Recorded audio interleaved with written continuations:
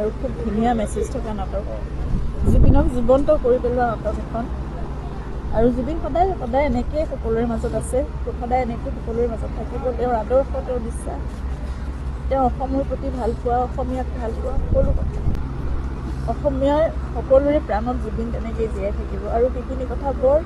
সাহসেৰে বৰ স্পষ্টকৈ ৰাজদীপে লিখিছে সংকল্পজিতে ধুনীয়াকৈ পৰিচালনা কৰিছে নাটকখন আৰু প্ৰতিগৰাকী অভিনেতাই প্ৰতিটো মুহূৰ্ত জীৱন্ত কৰি পেলাইছে জানিছিলে সিদ্ধাৰ্থ ভাল কৰিবই সকলোৱে ভাল কৰিব আৰু তেনেদৰে আশা কৰা ধৰণে সকলোবোৰ ভাল হৈছে নাটকখন মই ভাবোঁ সকলোৰে অন্তৰ চুই যাব পাৰিব সকলোৰে আৱেগক চুই যাব পাৰিব আৰু যদি এনেদৰে সদায় জীয়াই থাকিব সেইটোৱে মই অন্তৰৰ পৰা সেইটোৱে বিচাৰোঁ প্ৰতিজন অসমীয়াই সেইটোৱে বিচাৰে তেওঁ এনেদৰেই থাকক সদায় তেওঁৰ আদৰ্শবোৰ